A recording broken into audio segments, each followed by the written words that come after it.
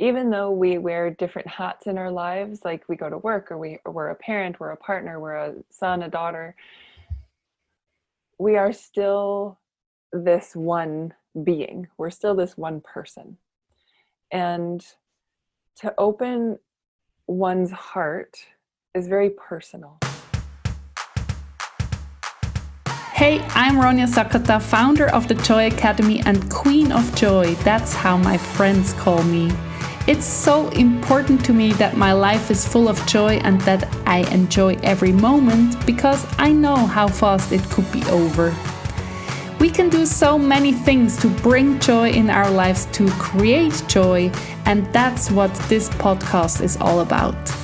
I talk with people and they tell me how they bring joy to their everyday life and how they create a life full of joy. So let's dive right in, and please tell me after the episode what your takeaway is from this talk. Welcome, Leanne Rose Dorish, to our episode. Just the two of us. You were in so many roundtable rounds and it was so good. And my assistant always said, you need a solo episode with Leanne. And here we are. I'm talking about your joy and what brings you joy. And tell us again what you do, who you are, and then we start from there. Nice. Thank you. It's exciting to be here one-on-one with you. Thank you, Ronja. And thank you to Fiona as well. My name is Leanne Rose Dorish, and I am a trauma counselor who is also a Nicu mom. So I had my son 9 weeks early, which catapulted me into tying these two worlds together. And I have an online resource for families, as well as working with organizations and doing workshops for hospitals and stuff like that around the world to, bring self-care to the staff so that they don't get vicarious trauma and burnout, and they can be their best selves for the work that they do with our little angels that come either too soon or need medical care. And what brings you joy in your everyday life, and how do you create it? That's always the interesting part. Like, first, I think it's so cool to hear what other people appreciate. So like, oh, I could do that. And then how do you create it? Like, make it yourself. Yes. I've been thinking about this question, and it's a really good one. And it really went deep for me because I don't take joy lightly, especially in current times where you can get overloaded with the very opposite of joy. And for me, it comes down to catching yourself in perspective, like to be thoughtful about joy and know yourself enough that you can turn a situation into something else when you don't want it to be sort of a heavy situation. My husband and I, about 2.5 years ago, we were living in the city, and our son was 3, and we looked at each other one day after he came home after a long commute, and he's like, let's get out of here. And I kind of looked at him. I'm not a city girl. I love being in the country, and we live in Canada on the West Coast. And I was like all for it, super excited, but then I got worried because we both had careers, and what kind of jobs would we go to and that kind of thing. And as we took one step at a time, it got more and more joyful. But the challenges actually got harder and harder the more we tried to disconnect ourselves from what was weighing on us. And I tell you, it took a lot for both of us to get out of the sort of heaviness of the city and all that kind of financial responsibility and stuff like that. And we bought a little truck and a small caravan camping trailer, and we just took off after the house was sold. And that brought us so much joy. taking that big step. And I'm not going to preach that joy needs to be big steps, but when you can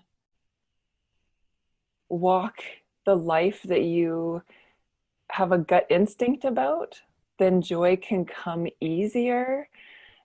And even though there are challenges along the way, when there are challenges, you can find the joy as well.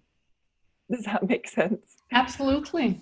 Yeah. That's what some people say. Yeah, you have your rose-colored glasses and you're living in unicorn glitterland. And I said, no, it's kind of like the same. You can live in the real world with both feet on the ground and deal with whatever comes your way, but having maybe your head in the airy fairy land, and this combination makes it lighter from the beginning, or you don't trip and fall into a big hole. It's like it's kind of a mix between what can I do now, or being angry, or like sad for a short time, and then stand up and say, like, what do I need to get back to unicorn land? Exactly.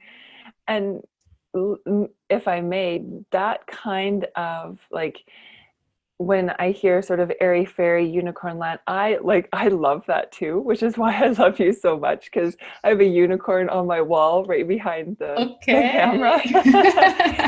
And that's who I've been since I was a little girl, right?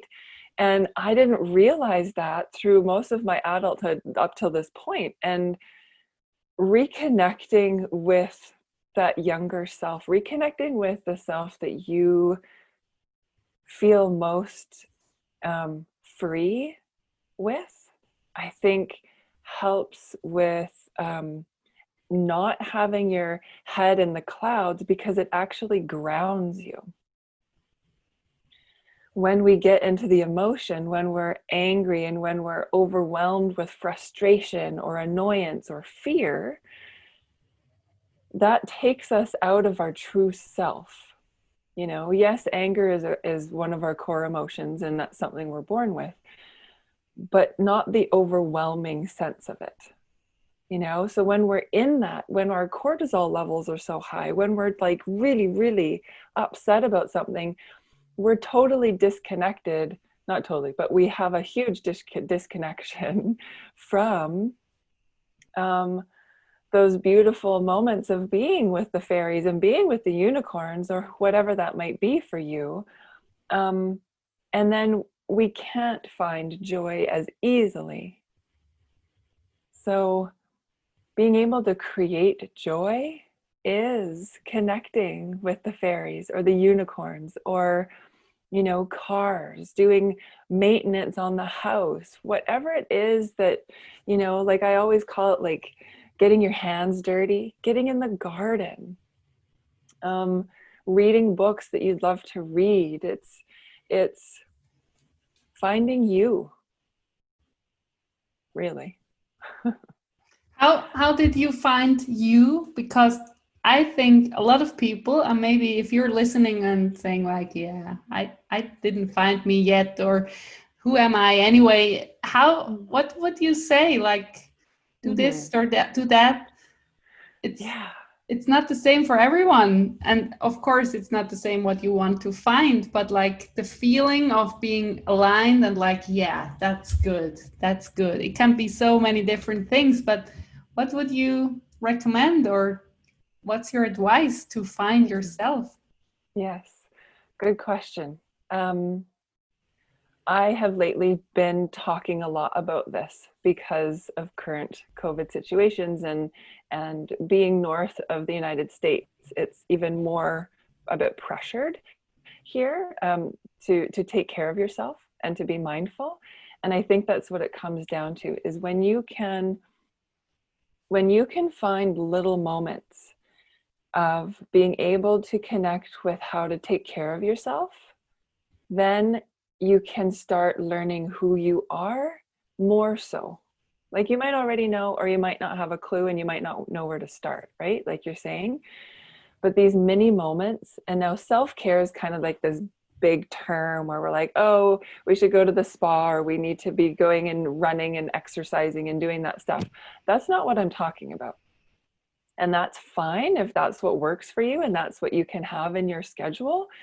But being a mom, being a NICU mom, also being like a busy mom entrepreneur, I don't have those big chunks of time. And so I started realizing what I'd been doing. And I actually wrote a book. It's published now, which is exciting. And it's all about self-care in mini chunks, right? So like 5 seconds a few times a day, connecting with either the same thing if you need to practice one thing at a time. And it's as simple as like putting your shoulders down if you're really tense and you notice that you're like, you hold stuff in your shoulders or you hold it in the back of your neck there.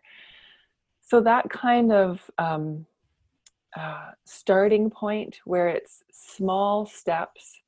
And I've actually been saying the baby steps last the longest, right? Because when we buy a gym pass, maybe back in the day, or maybe in some parts of the world, you still can these days. And you're like, okay, I'm going to go to the gym like 3 times a day for a year. This is going to be awesome. Well, you start going 3 times a week. And then, you go twice a week, and then you go maybe once a week. And then you're like, okay, well, I'm not really feeling like going anymore. And you've only had the gym pass for like a month.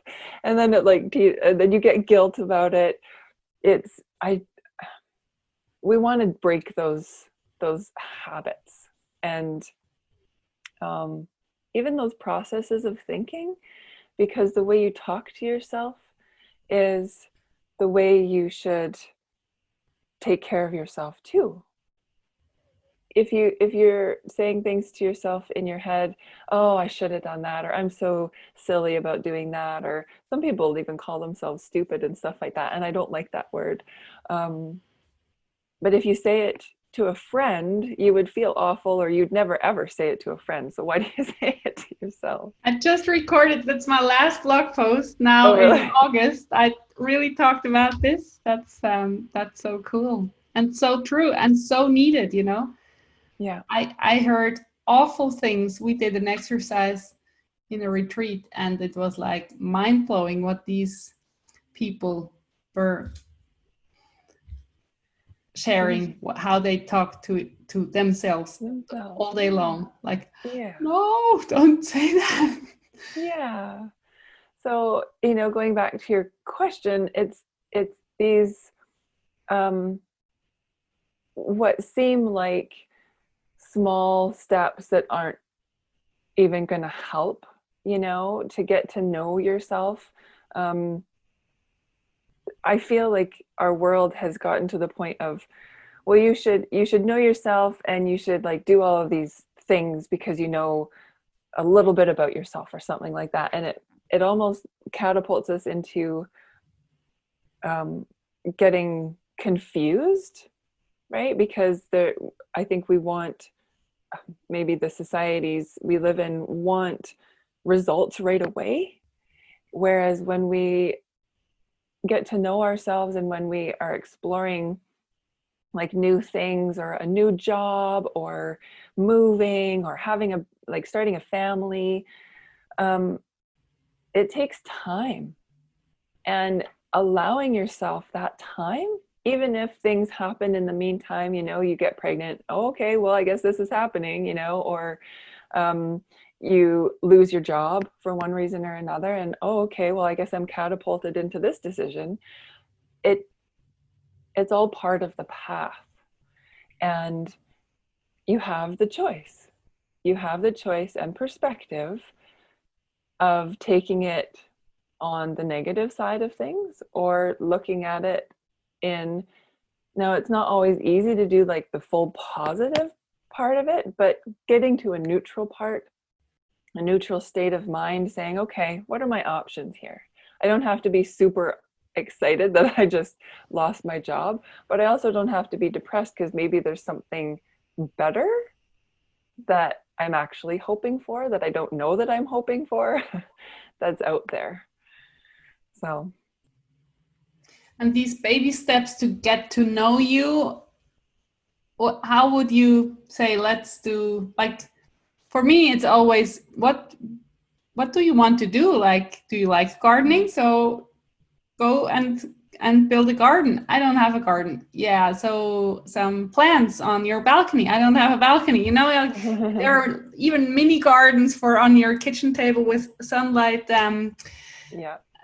lights. So you could grow herbs and even tomatoes on your kitchen table. So, like, what do you want? What is in your heart? What is like, what do you want? I love this question so much, and what I hate about our society, and I think America, USA, Canada, and Europe is nearly the same. Like, we go to school and everybody tells us what we have to do for years, and after that we don't know what we want ourselves. That's so stupid. Yeah. So it's a hard question. What do you want? I don't know. Like, I have to work. I have to do all these things. But right. What I love about what you say, in baby time frames and baby steps, you can do things you like and find out what you like. Yeah. And one other thing that I say to a lot of the clients and the people that I talk to is follow the feeling. When you, right? Because if you're in a job that you don't really like and you're trying to figure out who you are and maybe where you want to go next, connect with the things that change the feeling within you. Yeah. So if you're at home and you're thinking about going to work and yet you turn on a TV show about cooking or something and that really like excites you and you're like, oh my gosh, this would be so cool, and follow that feeling, connect with your body, even just asking yourself, what am I feeling right now? Right? And sometimes we get an answer right away, sometimes we don't, because again, we're sort of disconnected from our own emotions a lot of the time. But give yourself some practice, do it a few times, and you might be reading a book, you might see a billboard when you're on the train, you might, whatever it might be, and you're like, oh, that kind of is interesting to me. That's usually the first, and it's not an emotion, but that's sometimes the glimmer of interest that gets people wondering about, oh, well, maybe I feel differently about this, or maybe that would actually be exciting for me. And so following that feeling of joy or excitement can bring more to you without you even trying, like, I don't know if this has ever happened to you, but I'll say something like, oh, I really wish I could find, New Zealand honey here, like Manuka honey, at a decent price or something like that, so that I can afford it. And then my husband will be at the grocery store and he's like, I don't know who you talked to, or your angels figured it out or something, because there's like Manuka honey that was on sale at the grocery store. And I'm like, yes. But to be aware too of these things, have your mind open, have your heart open, and again, just many movements. Have your heart open. I love that. But for some people, this is like, whatever. Have your heart open. That would be a surgery, like. Yeah. I always like to show, like, where is the first store you could open. You don't have to, and you don't have to tell anybody. It can be a secret that you do that at home for yourself, is inner work, and open your heart and figure things out. And you can be the tough guy at work still, or like the cool whatever, like people are so afraid to open your heart. No. But I think the reward is more fun, more joy, more flow, and like more life. Yeah. Yeah. if you are open to opening your heart. But how Mhm. do I do that? Mm. Open my heart. Is it the Yeah. same that we were talking about, or would you have a a twist on Mm. it? Right. It's all part of the process, I think. Because we, even though we wear different hats in our lives, like we go to work, or we're a parent, we're a partner, we're a son, a daughter, we are still this one being. We're still this one person. And to open one's heart is very personal. Just like the way we take care of ourselves is personal, the way we feel is personal, our trauma is personal, our joy is an individual personal thing. So if someone is struggling even with that concept, start even back more, so where you can, if you're a researcher, do some research. What does feeling feel like? What are the emotions? um, Going back to basics of something that made you, like I said in earlier, what made you happy in your childhood. My mom gave me these boxes of stuff that were from my childhood, and almost all of them have a rainbow on them. Like, I used to color rainbows or put rainbow stickers, and then if there was a unicorn, I'd like put a rainbow behind it. And like finding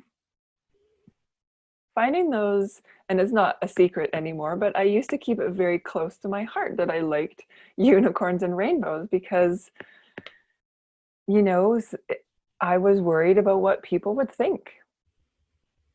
I'm, oh, you're in your 30s and you like unicorns and rainbows, and now I'm in my 40s and I'm like, heck yeah, like rainbows and unicorns. It's a building up. So starting small, starting however you need to, because you're the expert on you. When you have to look outside yourself for figuring out what you, if you have to ask somebody else what they think you like, then that is an okay place to start if that's where you're at, because it can almost plant the seed of you thinking differently, just hearing a different perspective. Now, I don't tell everyone, oh yeah, go and ask your partner what you should be thinking. That's not what I'm saying. Just sometimes when we're so stuck with society on top of us or whatever it might be, we need someone else to kind of, I don't want to say pull on us, but like poke a little bit and give us a little bit of a window that we can start opening ourselves, and then maybe it'll become a door, and then it's a beautiful barn door, and then it's like this beautiful light coming through with time. Yeah, that reminds me on my first coach. I hired a coach here in Zurich. I was going to her place, and she helped. I didn't have a big problem, but it was like so nice to work on myself with help. So I'm a big fan of coaching without having a big issue or a big something to solve. Just Yeah. like I wanna go further than maybe I can see yet for me. And that's Mm-hmm. what I love in my coachings. Like, I see you, I see your whole glory already Mm-hmm. now. If you don't, Mm-hmm. I hold the space for you Yes. until you see it yourself. But I Mm-hmm. don't, it's not because of me, it's because of you. That's what I Exactly. love so much about coach. So Yeah. like the poking, if you have good Mm-hmm. friends, that's super cool to start there. And if not, maybe it's just like the luxurious thing of hiring a coach could be a very helpful thing. Mm-hmm. And you can also get that initial start through means of your own. Like, I was just thinking, if there's something you've been avoiding because you think it's going to be too much, or you think you're going to get judged, like reading a particular type of book, or um, reading a blog about something or something like that, like you haven't just put it into like you haven't started doing it, but you're interested in it, but you're pushing it away because of something that's happening within you, that's also a good way to like open the window for yourself. Yeah, and Mm-hmm. journaling and listening to podcasts Mm-hmm. and audiobooks if you don't Mm-hmm. like to read, Yeah. or YouTube. There are so many inspirational things out there. And then Mm-hmm. I like to just go like with the YouTube. What is Yeah. that? The feed is automatically Oh like yeah. I just put like inspiration in, and then, oh, what's that? Okay, give it to me. So Yeah. Mm-hmm. nowadays it's really not, you don't have to go to the esoteric bookstore Yeah. and like, oh, I Exactly. hope nobody sees me. You can do that at home Yes. or on your phone. Mm-hmm. And it doesn't Yeah. have to be esoteric, but like, what do I want? Mm-hmm. And what I Yeah. really, really, really recommend to everybody who wants to find themselves is just journaling, just writing. And it was interesting in my mastermind, one woman said, "Ooh, I don't like writing." And then I said, when I was telling her, like, we will write a lot, but she was like, no, I don't like write. But it's not like dear diary, today I was a good girl. It's more like, what do I want? Ooh, that's exciting, and collect things. And then Mm-hmm. it has to be fun, I think. This whole journey, it's not a chore and it's not a job. It's a lifelong learning journey, Yes. step by Yes. step. Exactly. Exactly. And whatever comes naturally, like if you don't like writing, then maybe type it out, right? It's still, that's sort of a new type of journaling. And I really like the pen to paper kind of thing Me as too. well.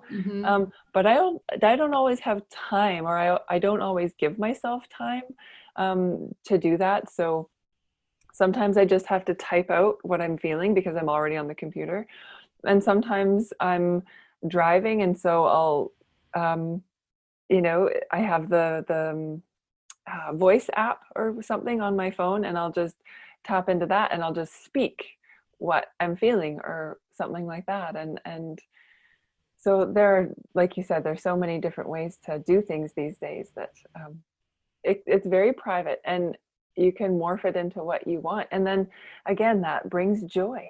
It opens something within you, or it releases something, or journaling actually gets it outside of your body so that you're not holding all of the energy of it. And then you can actually process it differently. You can see it differently. It feels different because it's not at arm's length, but it's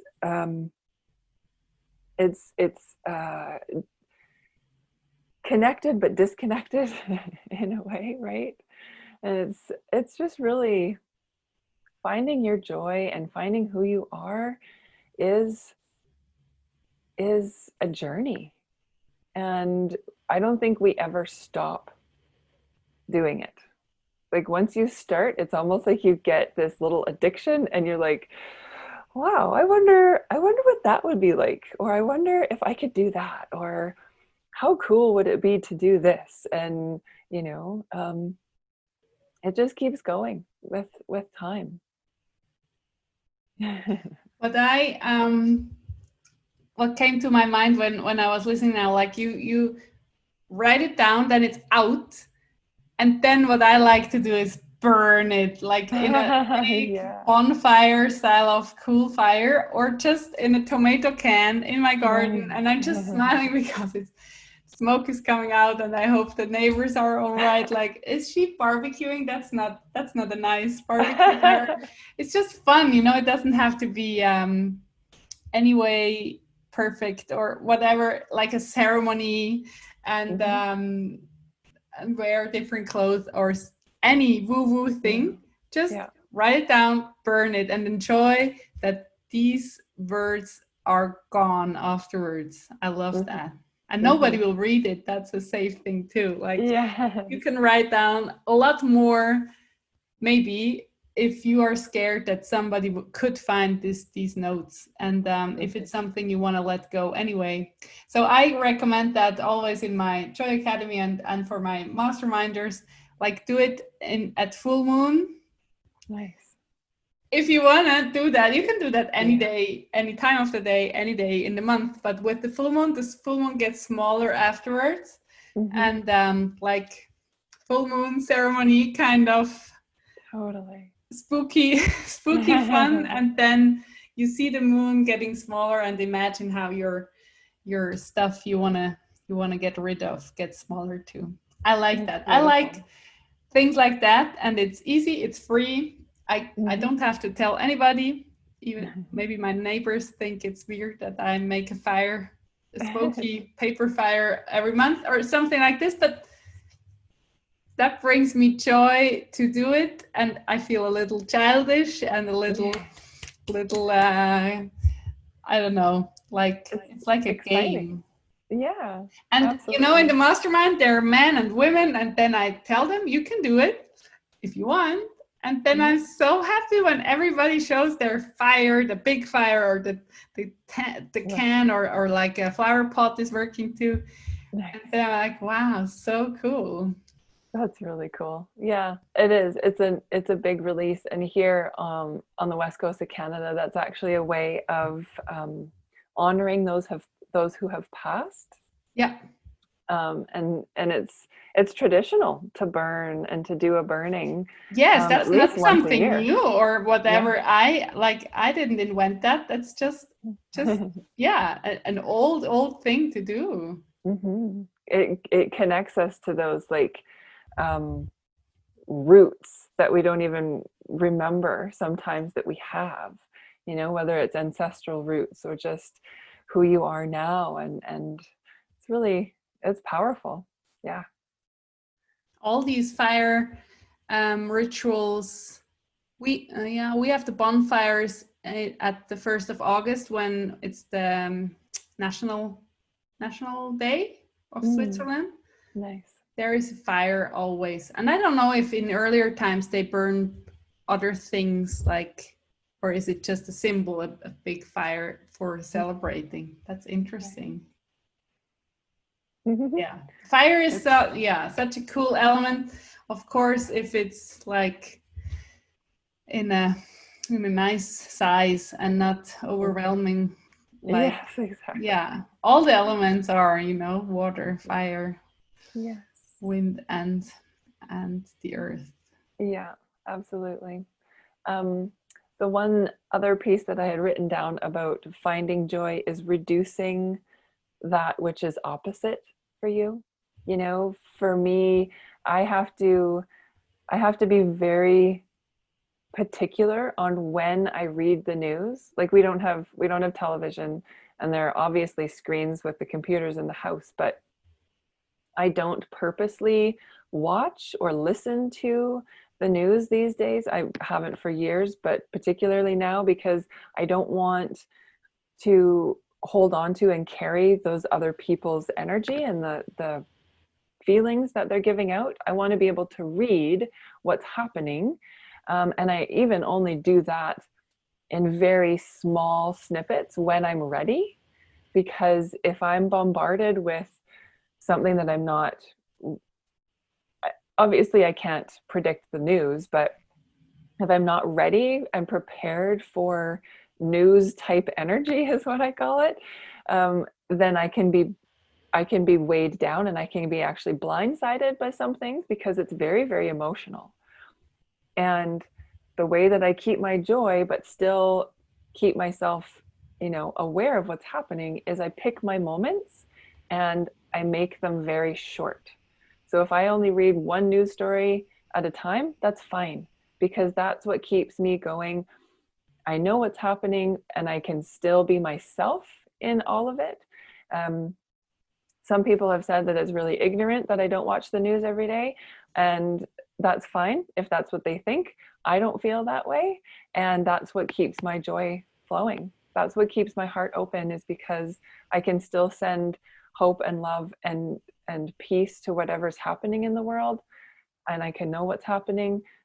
I don't always like it, but I can do my part by keeping myself going so that we can affect the little worlds around us, which in turn creates that bigger ripple effect.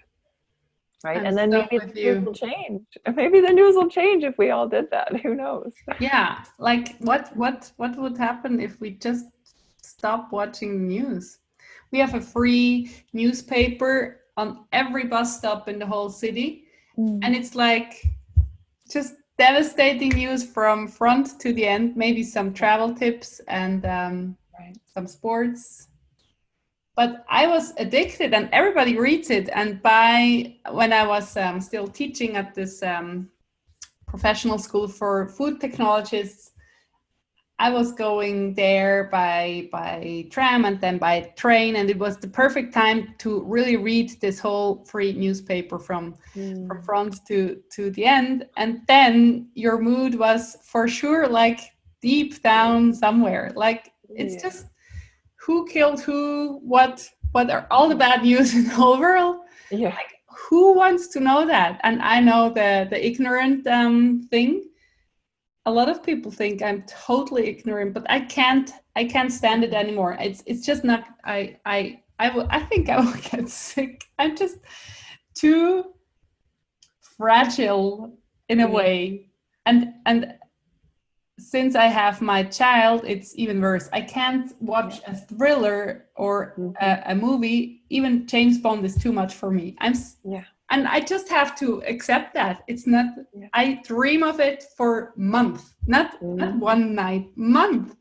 And Oh my other gosh. people, they don't remember the movie an hour later. And I know. I grew up without television, so if I watch a movie, I can tell you in 10 years, I can tell you everything about this movie Yeah. because Yeah. I take it all in. It's so real to Totally. me. Yeah. So I Yeah. can't, I can't. Oh my gosh. I And it know. makes it so easy, and then it's Mhm. like, no, no, no, no, no. Didn't you hear the news? Like you can't go there. Like, oh, okay. I didn't, sorry, I didn't know. Yeah. Well, Yeah. but yeah, I Mhm. really think, as you say, I can do more good and work if I Mhm. stay in Mhm. my joy bubble. And Yeah. I don't want to be ignorant to causes which are very important to me. Like Black Yeah. Lives Matter is very important to me. What can I do? But Right. not taking in all the news. Like Right. it's a fine line, I think. Mhm. The Yeah. climate And change, Black Lives Matters, a lot of causes are so important to me. mhm. But the daily news are not even telling you like the important facts about these causes. You have to Right. go and look for them. And the Yeah. news is just bad, bad, bad. Yeah. Really. Yeah. Pick and choose. Like a lot of my friends in the United States would be calling me, and we would have Zoom calls and stuff like that. And they would ask me what I'm hearing on my side of things because they actually trusted my news sources more than they trusted theirs. And um, now that's maybe a personal choice or whatever it is, but it was interesting how different places on the same topic would present it differently. So again, being choiceful, being aware, being, doing what you need to do, because you and I, Ronja, we are more of the keepers of the light, and like we hold joy and we open space for people to get into their space like that. And we need all those other people in the world right now to fight the fights, like on the streets, or to be in, office fighting for different things, so that we as a world can get to closer to where we think we want to be, as a whole. And um, I think the biggest thing is that benevolent action, doing no harm, right? So that whatever you're doing, wherever you're doing it, whether you're on the sea fighting for the whales, whether you're on land fighting for people's lives, if it's doing no harm to others and just trying to um, create space so that we can, work together instead of constantly butt heads. um, we need each other for different reasons, right? And some of those people who like to take action might not be able to sit the way you and I do with other people in open space, but they're opening space in different ways. It's just that doing no harm piece that some people need to grasp onto. So yeah, that's like, if we would do everything ourselves, we would have to grow our own food, you know. Of course, I'm so grateful that our society is divided in different jobs, yeah. and somebody's taking the garbage Mm-hmm. away from our containers on the street. I'm super grateful for all these jobs. And Yeah. again, with, yeah, we can't do everything ourselves. Otherwise, you should have your house in the woods and Yeah. hunt or grow your own food, and then you're really like, you don't need anybody. Yeah. Did you see the video of this couple? I think it's in Canada. They have a floating world, everything built by themselves. They grow their own vegetables. He's fishing. It's a float, and it's beautiful. She has a dance floor, and they have a guest Wow. house. Have you heard about them? No, I Oh, I haven't. have I'm to. gonna have to I look have to it up. post a link. It's just amazing, and they are living like that for over 20 years now. And they started like with one house, and then they are tied to trees and rocks, and it's just a floating island, That's and amazing. about a half an hour outside of any city by boat. Wow. And like, Beautiful. I was like, I think I no, not I think. I don't want to live like that, but I'm in awe if you create your world even like that, like even more like, what do I want? How do I want to live like that? Mm-hmm. Yeah, exactly. And Yeah. even that, it looks so romantic and beautiful, but they have to chop the wood and maintain all the technical stuff and grow the garden. It's not Mm-hmm. easy peasy, like, ooh, No, we're not doing anything, but they chose to exactly. do it that way. So Yeah, cool. exactly.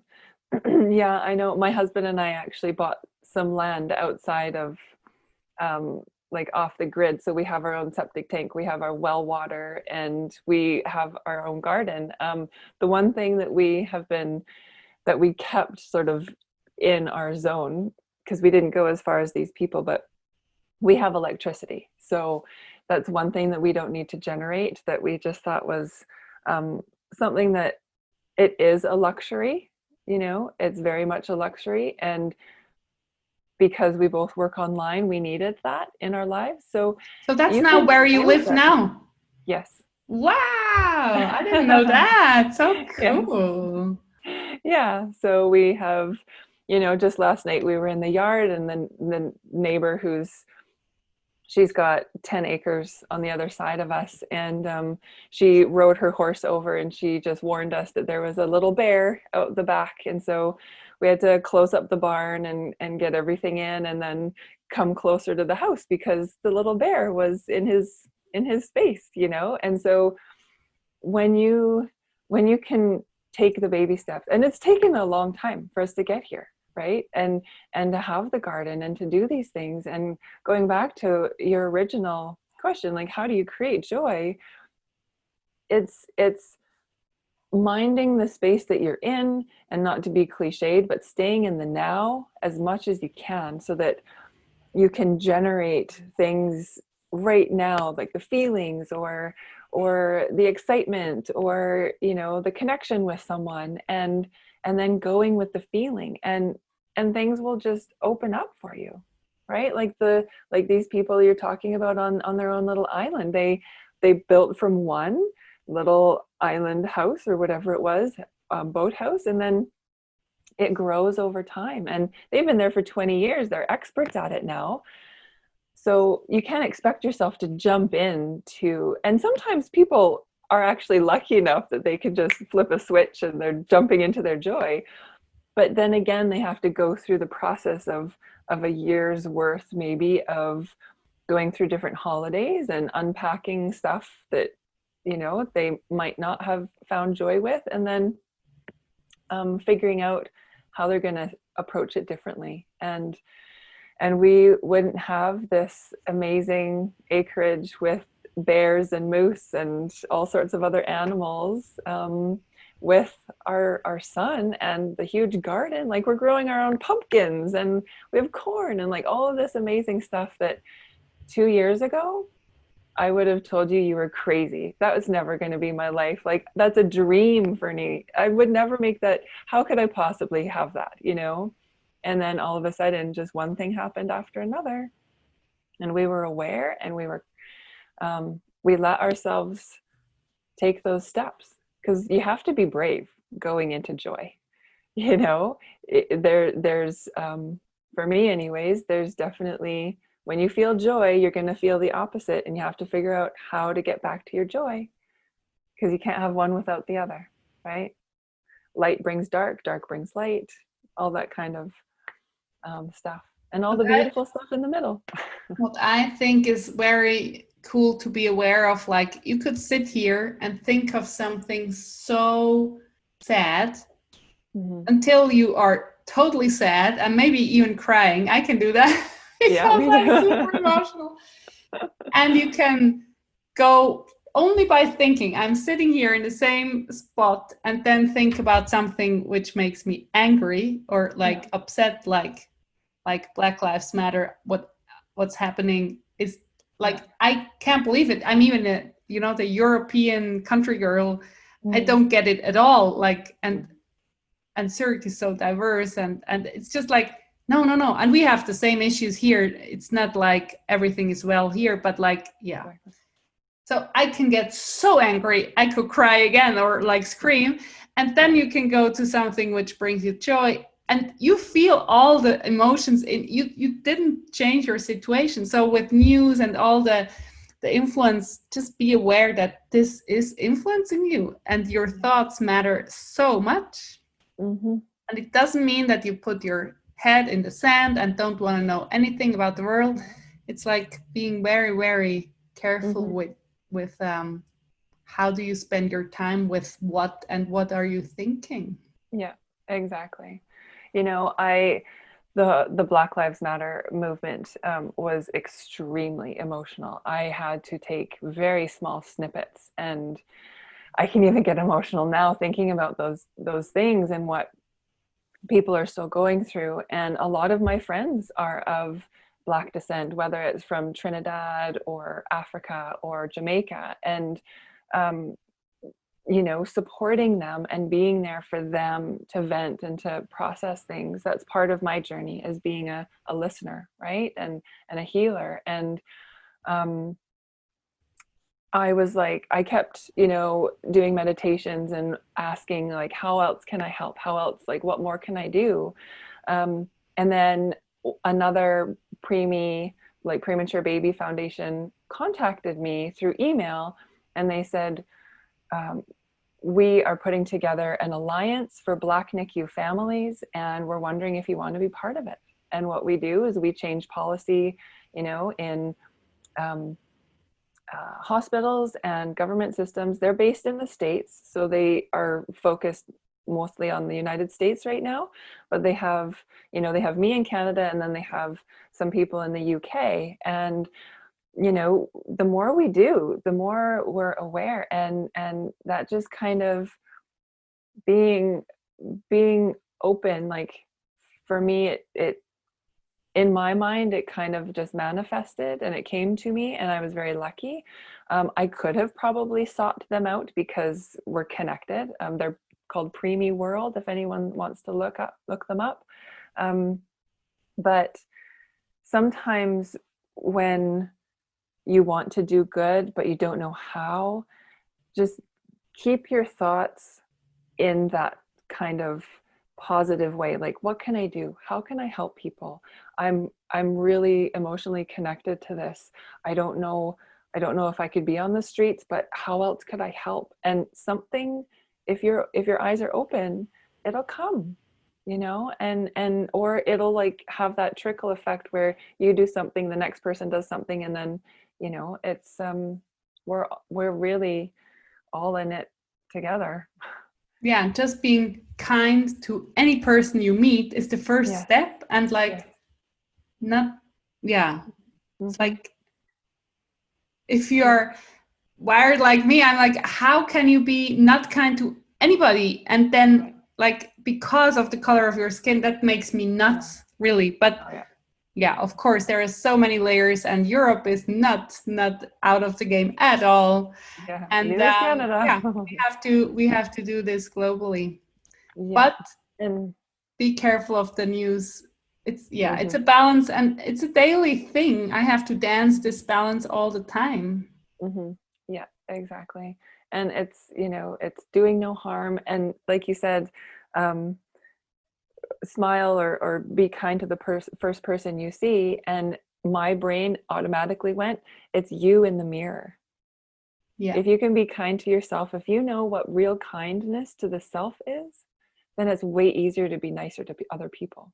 If you can smile at yourself in the mirror and truly give yourself like a joyful smile, then you know how to do that and you know what it looks like for other people. Yeah. And Yeah, I so agree. yeah. And that's the first step. When I tell people, I even kiss myself in the mirror sometimes, like, Nice. hello, mwah. And I know Oh. it's like, oh, come on, are you doing this? Like, yeah, try it. If it Yeah, triggers you exactly. so much, then maybe you Oh. can learn, or you can train yourself to do it. And maybe you Yeah. just think it's a super stupid thing, and that's okay too. You don't have to do it. But I really, yeah, it's a little cold, that's the pity. Here is cold. Like, oh no, it would be so nice if the lift would be warm. But It's so cute. that's, yeah, like start being kind to self. That's very, very beautiful. Mm-hmm. Yeah. So thank you for all the work you do, Ronja. It's so amazing and magical. Thank you for your work, and that's what I love. Like you're doing the Nicu work and the trauma work. I can't Mhm. handle even trauma, It's like, if of course, if people with big issues come to me, I don't say no, like, we can talk about that. Right. But like, working in your zone of genius is just the best thing Mhm. ever, to help more than to do things you think you should do, or Right. that would be good to do, but you can't Yeah. go fully in it. Then you Mm. better don't do it. Right. Yeah. Well, thank you. It comes from experience, being traumatized a few times in my life from different things and realizing what I was sitting in and what I didn't have to carry into the future with me. And I was lucky to have that consciousness and someone in my life to make me aware of it the first time, and then it just sort of became a pattern, and that's probably why I became a counselor. Um, Yeah, but that's so again, beautiful. yeah. That's why you are you, and you are at the perfect spot to do your magic in your work. Thank you so much, Thank Leanne. you. We could talk for hours, and let's talk Yes. again. And this time you were lucky too, our listeners, dear listeners, to listen to our conversation. I hope you liked it, and thank you so much for your time, Leanne, and for your time when you're listening. And see you next time. Bye. Thank you, Romeo. Thank you so Bye. much. Take care. Bye You bye. too. Bye.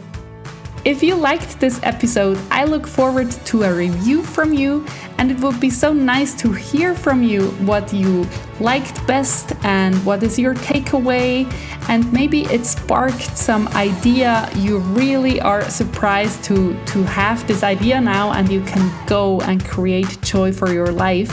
And please tell me about it. I would love to hear from you. My contact details, you will find them in the show notes. Have a wonderful day!